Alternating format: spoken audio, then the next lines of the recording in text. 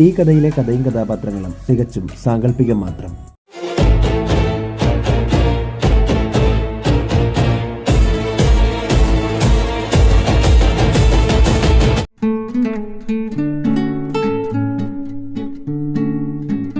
മാതുലികയെ ചതിച്ച നന്ദഗോപാലിനോട് പ്രതികാരം ചെയ്യാൻ ആലിയ ഷിഖാവത്ത് വീട്ടിലെത്തുകയും ആലിയയെ തങ്ങളുടെ മകനു വേണ്ടി സ്വപ്ന വിവാഹം ആലോചിക്കുകയും ചെയ്യുന്നു. സ്വന്തം അച്ഛന്റെ ചോരയായ ദീപകിനെ തന്നെ വിവാഹം കഴിച്ച് ആ കുടുംബം തകർക്കുക എന്ന ലക്ഷ്യമാണ് ആലിയയ്ക്കുള്ളത്. ഇതിനിടെ തന്റെ മൂത്ത മകൾ നിഷികന്ത ജീവിച്ചിരിപ്പുണ്ടെന്ന് മാതുലിക തിരിച്ചറിയുന്നു. ചുമന്ന ചന്ദ്രപ്രകാശത്തിൽ വൃന്ദ ഒരു മത്സ്യകന്യകയായി മാറുന്നത് ദീപക് നേരിൽ കണ്ട് ഞെട്ടുന്നുണ്ടെങ്കിലും അവളുടെ വാൾ കൊണ്ടുള്ള അടിയിൽ അവനെല്ലാം മറന്നു പോകുന്നു. ആലിയയും ഒരു ഇച്ഛാധാരി മത്സ്യകന്യകയായി മാറുകയും പിന്നീട് മാതുലികയുടെ വൈരൂപ്യം എന്ന ശാപവും മാറുകയും ചെയ്യുന്നു. സ്വപ്ന ദീപകിനെ രക്ഷിക്കാനായി ആലിയയുമായുള്ള അവന്റെ വിവാഹം ഉറപ്പിക്കുകയും അമ്മയുടെ വാക്കിന് വഴങ്ങി ദീപക് ആലിയയെ വിവാഹം കഴിക്കാനും സമ്മതിക്കുന്നു. ഉറക്കമെഴുന്നേൽക്കുന്ന വൃന്ദ കണ്ണാടിയിൽ താൻ മത്സ്യകന്യകയായി മാറുന്നത് കണ്ട് ഞെട്ടുന്നു. തുടർന്ന് കാണുക. തന്റെ കൺമുന്നിൽ കണ്ണാടിയിൽ താനൊരു മത്സ്യകന്യകയായി നിൽക്കുന്നത് കണ്ടതും വൃന്ദ ഞെട്ടിപ്പോയി. ഭഗവാനെ, എനിക്കിതെന്താ പറ്റിയത്? ഞാൻ എന്തുകൊണ്ടാ മത്സ്യകന്യകയെ പോലെ ഈ കണ്ണാടിയിൽ കാണുന്നത്? ഒരു നിമിഷം കണ്ണുകൾ അടച്ചുകൊണ്ട് വൃന്ദ സ്വയം പ്രാർത്ഥിച്ചു. ഓം നമ ശിവായ, ഓം നമ ശിവായ, ഓം നമ ശിവായ. ഭഗവാനെ, എനിക്ക് എന്തൊക്കെയോ സംഭവിക്കുന്നുണ്ട്. ഇത്രയും പറഞ്ഞ് വൃന്ദ കണ്ണു തുറന്നതും പെട്ടെന്ന് കണ്ണാടിയിൽ മനുഷ്യനായ വൃന്ദയെ കണ്ടു. ഓ, അപ്പോ എനിക്കിതൊക്കെ തോന്നിയതായിരുന്നോ? പെട്ടെന്ന് ഞാനങ്ങ് പേടിച്ചു പോയി. ഇത്രയും പറഞ്ഞുകൊണ്ട് വൃന്ദ റൂമിൽ നിന്നും പോയി. ശരിക്കും പറഞ്ഞാൽ വൃന്ദ ശിവമന്ത്രം ഉരുവിട്ടത് കൊണ്ട് മാത്രമാണ് കണ്ണുകൾ തുറന്നപ്പോൾ അവൾ ഒരു മനുഷ്യനായി മാറിയതെന്ന് മനസ്സിലാക്കാതെ തൻ്റെ തോന്നലാണെന്ന കരുതലോടെ വൃന്ദ പോയതും. അതേസമയം ഷിഖാവത്ത് വീട്ടിൽ കല്യാണത്തിന്റെ പരിപാടികൾ ആരംഭിച്ചിരുന്നു. ആലിയ നടന്ന സംഭവങ്ങൾ മാതുലികയിൽ നിന്നും മറച്ചുവെച്ചു. ഇല്ല, ഒന്നും അമ്മ അറിയാൻ പാടില്ല. 2 ദിവസം കഴിഞ്ഞാൽ എൻ്റെ വിവാഹം ദീപക്കുമായി നടക്കണം. അമ്മ അറിഞ്ഞാൽ ഇതിനെന്നെ സമ്മതിക്കില്ല. അതുകൊണ്ട് ഞാൻ ദീപകിനോടും ആ ഷിഖാവത്ത് കുടുംബത്തോടും പ്രതികാരം ചെയ്യാൻ പോകുന്നത് അവിടുത്തെ മരുമകളായി പോയിയാണെന്ന് അമ്മ ഒരിക്കലും അറിയാൻ പാടില്ല. ദീപകിന്റെ വിവാഹകാര്യം വൃന്ദ അറിഞ്ഞു. ആലിയയാണ് വധുവെന്നറിഞ്ഞപ്പോൾ വൃന്ദയ്ക്കും ഒത്തിരി സന്തോഷമായി. ദീപ്, ദേ നോക്ക്, എത്ര അൺഎക്സ്പെക്റ്റഡ് ആയിട്ടാണ് ആലിയ തന്നെ നിന്റെ ഭാര്യയായി വരാൻ പോകുന്നതെന്ന്.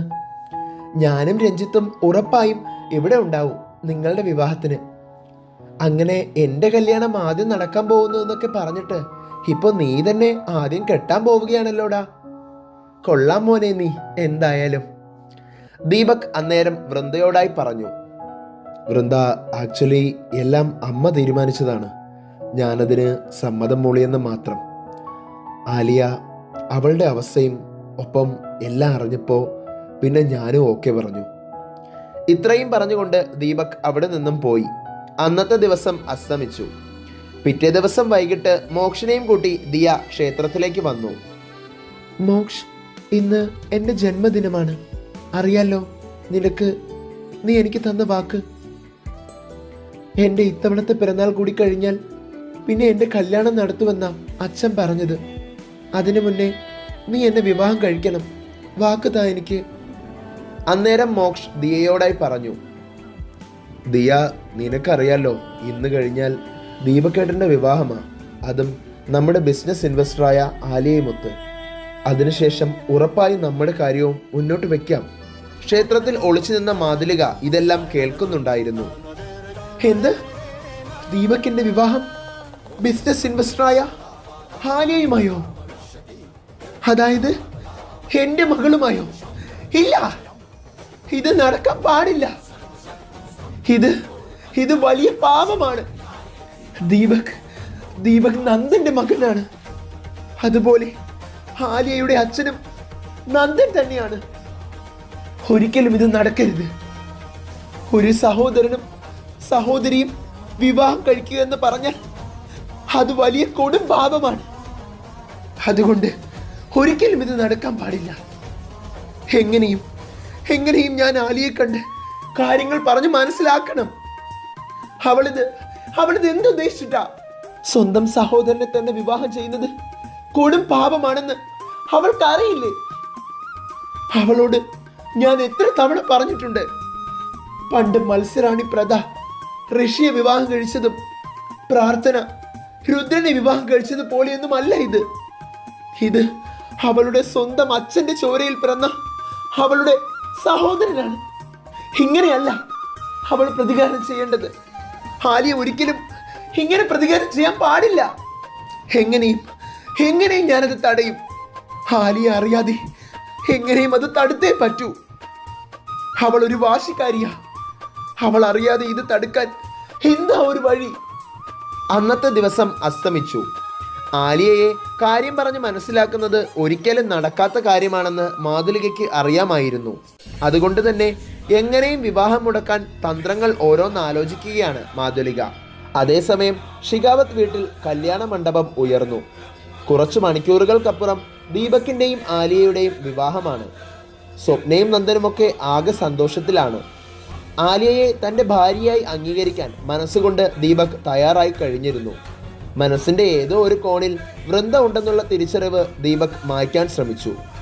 മാതുലിക ഇതേ സമയം ഒരു പ്ലാൻ തയ്യാറാക്കിയിരുന്നു. ആലിയയെ തടുക്കാൻ കഴിവുള്ളവൾ അത് നിശിഗന്ധയാണ്. എങ്ങനെയും ഞാൻ നിശിഗന്ധയെ കണ്ടെത്തണം. നിശിക്ക് അവളെ തടുക്കാനാകും. എങ്ങനെയും ആ വിവാഹം തടുത്തേ പറ്റൂ. പ്രതികാരം എന്നായാലും ഞാൻ വീട്ടും. പക്ഷേ അത് ആലിയ ബലിയാടായിട്ടല്ല. ക്ഷേത്രത്തിൽ മാതുലിക പ്രാർത്ഥിച്ചു നിൽക്കവേ അങ്ങോട്ടേക്ക് ആലിയ വന്നു. ഒന്നും അറിയാത്തവളെ പോലെ മാതുലിക ആലിയയോട് പെരുമാറി. അമ്മേ, അമ്മ ആഗ്രഹിച്ചതുപോലെ എല്ലാം നടക്കും. അമ്മയുടെ പ്രതികാരം അത് ഞാൻ പൂർത്തിയാക്കും. അമ്മ ധൈര്യമായിരിക്കും. മോളെ, ഓരോ കാര്യവും ചെയ്യുമ്പോൾ 100 തവണ ആലോചിക്കണം. മാതുലിക പരോക്ഷമായി പറഞ്ഞതും ആലിയ പറഞ്ഞു, അതെ അമ്മേ, 100 തവണ ആലോചിച്ചിട്ടാ ഞാൻ ഓരോന്നും ചെയ്യുന്നു. മറുത്തൊന്നും പറയാതെ മാതുലിക പുഞ്ചിരിച്ചതും ആലിയ മാതുലികയുടെ അനുഗ്രഹം വാങ്ങി ക്ഷേത്രത്തിൽ നിന്നും ഇറങ്ങി. ഭഗവാനെ, എനിക്കിവളെ തടുക്കണം. ആലിയയുടെ ശക്തി എത്രത്തോളമാണെന്ന് അറിയാവുന്നവളാണ് ഞാൻ. ആലിയയെ ഒരിക്കലും എനിക്ക് നിയന്ത്രിക്കാൻ കഴിയില്ല. ആലിയ പോയി കഴിഞ്ഞ ശേഷം മാതുലിക ക്ഷേത്രത്തിൽ നിന്ന് ഉറക്കെ അലറി വിളിച്ചു, നിശിഗന്ധ!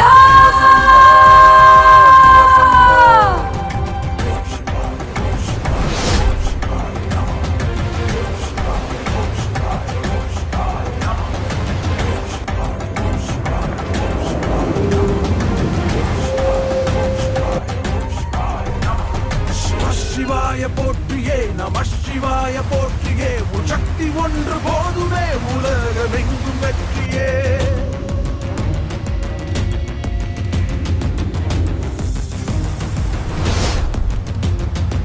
ശിവായ പോற்றியே நம ശിവായ പോറ്റി. അതേസമയം കല്യാണത്തിന് പോകാനായി വൃന്ദയും തയ്യാറായി കഴിഞ്ഞിരുന്നു. അമ്മേ, ഞാനിന്ന് രഞ്ജിത്തുമായി ദീപിന്റെ കല്യാണത്തിനും പോയിട്ട് കുറച്ച് വൈകിയേ വരൂ. അമ്മയുമായി അച്ഛനും എത്തില്ലേ? എത്തും മോളെ, നീ പൊയ്ക്കോ. വൃന്ദ പോകാനായി ഇറങ്ങിയതും തൻ്റെ ചെവിയിൽ നിശിഗന്ധ എന്ന ശബ്ദം മുഴങ്ങിക്കേട്ട പോലെ അവൾക്ക് തോന്നി. ക്ഷേത്രത്തിൽ നിന്നും മണിനാഥം മുഴങ്ങി കേൾക്കുന്നുണ്ടായിരുന്നു. എന്താ മഹാദേവ, എനിക്ക് നീ എന്നെ വിളിക്കും പോലെ തോന്നുന്നത്? എൻ്റെ മനസ്സ് എന്നോട് നിന്റെ ക്ഷേത്രത്തിലേക്ക് വരാൻ പറയുന്നു. എന്താ ഇത്? എന്തായാലും ക്ഷേത്രത്തിലൊന്ന് പോയിട്ട് വരാം. ഇത്രയും പറഞ്ഞുകൊണ്ട് വൃന്ദ നേരെ മഹാദേവ ക്ഷേത്രത്തിലേക്ക് പോയി. വൃന്ദ ക്ഷേത്രത്തിലേക്ക് എത്തുന്നതും അവിടെ നിന്ന് പ്രാർത്ഥിക്കുന്ന മാതുലികയെ ദൂരത്തു നിന്നും കണ്ടു. ഇതാരാ? അന്ന് ഞാൻ കണ്ട ആളായിരിക്കുമോ? എന്തോ അതുപോലെ തോന്നുന്നല്ലോ.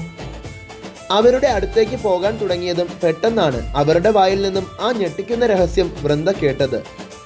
മഹാദേവന് മുന്നിൽ സത്യങ്ങൾ വിളിച്ചു പറഞ്ഞുകൊണ്ട് ദേഷ്യപ്പെടുകയായിരുന്നു മാതുലിക. മഹാദേവ, എന്റെ ജീവിതവും നശിപ്പിച്ച് എന്റെ ഒരു മകളെയും എന്നിൽ നിന്നും അടർത്തി ഇനിയും എന്നെ നീ പരീക്ഷിക്കുകയാണോ? എന്റെ നിശിഗന്ധ അവളിപ്പോൾ എവിടെയാ? എന്റെ ആലിയെ കൊണ്ട് ആ ദീപക്കിനെ വിവാഹം കഴിപ്പിക്കുന്നത് ശരിയാണോ? ആലിയ നന്ദന്റെ ചോരയിൽ പിറന്ന കുഞ്ഞാണ്. അതുപോലെ തന്നെ ദീപക്കും. എന്നോട് ആ നന്ദൻ ചെയ്ത ചതിക്ക് വേണ്ടി ഇങ്ങനെയാണോ പകരം ചോദിക്കേണ്ടത്? ഒരിക്കലും ഈ വിവാഹം നടക്കാൻ പാടില്ല. ഇതിത്രയും മാറി നിന്ന് കേട്ട വൃന്ദ ഞെട്ടിപ്പോയി. എന്ത്, ദീപും ആലിയയും ഒരേ ചോരയിൽ പിറന്നവരോ? ഈ വിവാഹം എങ്ങനെയും മുടക്കണം. പെട്ടെന്ന് വൃന്ദ ക്ഷേത്രത്തിലേക്ക് കയറി. മാതുലിക പെട്ടെന്ന് വൃന്ദയെ കണ്ട് ഞെട്ടി. മത്സ്യകന്യകയായതിനു ശേഷം വൃന്ദയുടെ സൗന്ദര്യത്തിൽ അടിമുടി മാറ്റം വന്നിരുന്നു. സുന്ദരികളിൽ സുന്ദരി, അപ്സരസ് പോലെയുണ്ട് ഇപ്പോൾ വൃന്ദയെ കാണാൻ. കഥകളിൽ കേട്ടിട്ടുള്ള ആരെയും മത്തു പിടിപ്പിക്കുന്ന രീതിയിൽ സൗന്ദര്യമുള്ളവൾ. ആകാശത്ത് പെട്ടെന്ന് ശക്തിയായി സൂര്യൻ പ്രകാശിച്ചു. ക്ഷേത്രത്തിലെ മണികൾ മുഴങ്ങിക്കൊണ്ടിരുന്നു. ഒരു നിമിഷം കണ്ടെടുക്കാതെ മാതുലിക വൃന്ദയെ തന്നെ നോക്കി നിന്നു. ഇവൾ തന്നെയാണോ അന്ന് ഞാൻ കണ്ടവൾ എന്ന് ചിന്തിച്ച് മാതുലിക ഞെട്ടിയതും വൃന്ദ പറഞ്ഞു, അമ്മേ, അമ്മ വിഷമിക്കണ്ട. ഈ വിവാഹം ഞാൻ മുടക്കും. ഒരിക്കലും ഇത് നടക്കാൻ പാടില്ല. ഒരു സഹോദരനും സഹോദരിയും വിവാഹിതരാകുന്നു എന്ന് പറഞ്ഞാൽ അത് വലിയ തെറ്റാണ്. അമ്മയ്ക്ക് സംഭവിച്ച ചതിക്ക് പകരം ചോദിക്കേണ്ടത് ഇങ്ങനെയല്ല. മാതുലിക വൃന്ദ പറയുന്നതെല്ലാം ഞെട്ടലോടെ കേട്ടു നിന്നു. ഇത്രയും പറഞ്ഞ് വൃന്ദ ക്ഷേത്രത്തിൽ നിന്നും തിരിഞ്ഞു നടന്നതും മാതുലിക ചോദിച്ചു, അല്ല, ആരാണ് നീ? നിശിഗന്ധ, അമ്മയുടെ നിശിഗന്ധ. അത് കേട്ട് മാതുലിക ഞെട്ടി. നിശി, എന്റെ നിശി.